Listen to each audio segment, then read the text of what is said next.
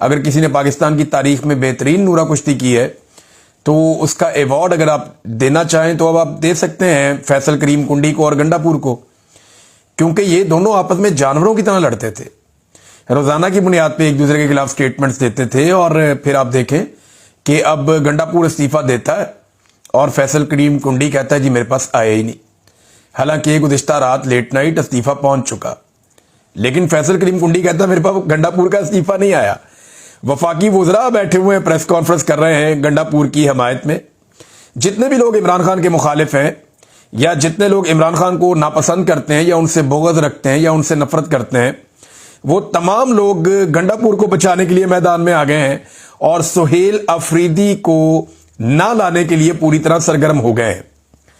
اب قانونی طریقہ کیا ہے اس کا میں آپ کو بتاتا ہوں، لیکن عمران خان صاحب تک یہ دباؤ ڈالا گیا، ان تک بار بار یہ بات پہنچائی گئی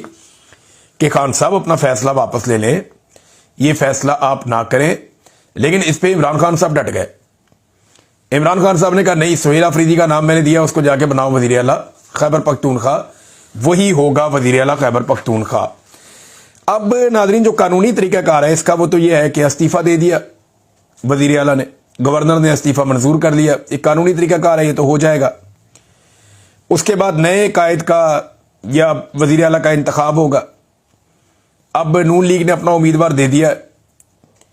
تو اپوزیشن متفقہ امیدوار بھی دے سکتی ہے، الگ بھی دے سکتی ہے۔ گنڈا پور نے ایک دور میں کہا تھا کہ 22 ایم پی ایز پوری طرح سے کمپرومائزڈ ہیں اور وہ کنٹرول میں ہیں اسٹیبلشمنٹ کے، یہ گنڈا پور نے کہا تھا۔ تو اب وہ 22 ایم پی ایز کا بھی امتحان ہے، کیونکہ الیکشن کمیشن آف پاکستان نے فوری طور پہ ایک بڑی کارروائی ڈال دی ہے۔ انہوں نے سپریم کورٹ آف پاکستان کے ایک فیصلے کو جواز بناتے ہوئے پاکستان تحریک انصاف کے تمام ایم پی ایز کو، ایم این ایز کو آزاد ڈکلیئر کر دیا، یعنی اب کوئی کہیں بھی ووٹ ڈال سکتا ہے، لیکن جو جہاں بھی ووٹ ڈالے گا وہ پھر وہیں پہ رہے گا، واپس آنے کا کوئی راستہ نہیں ہے۔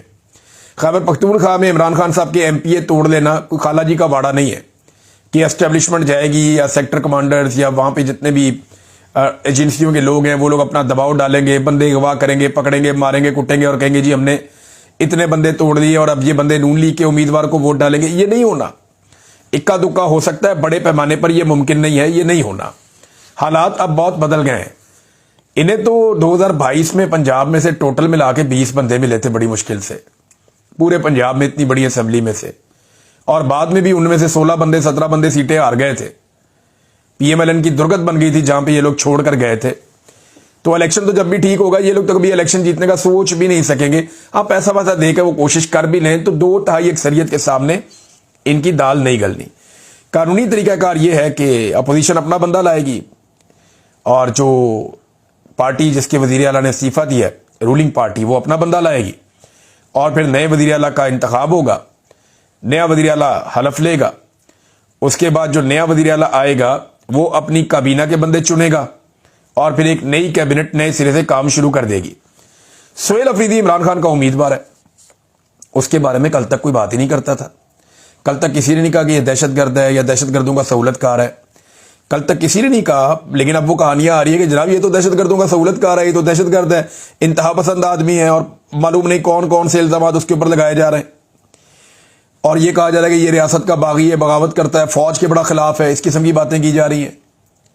یہ باتیں اب کی جا رہی ہیں جب عمران خان نے اس کو نامزد کر دیا وزیر اعلیٰ خیبر پختونخوا کے طور پہ۔ دیکھیں اس سے پہلے یہ ایم پی اے بھی تھا نا، عوامی نمائندہ، تب تو کسی نے کوئی آواز نہیں اٹھائی، بطور ایم پی اے کام کیا کوئی مسئلہ نہیں ہوا، بطور مشیر کام کیا کوئی مسئلہ نہیں ہوا، بطور وزیر کام کیا کوئی مسئلہ نہیں ہوا۔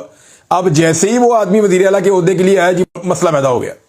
بڑا سیریس ایشو ہو گیا، کیونکہ اب اس کے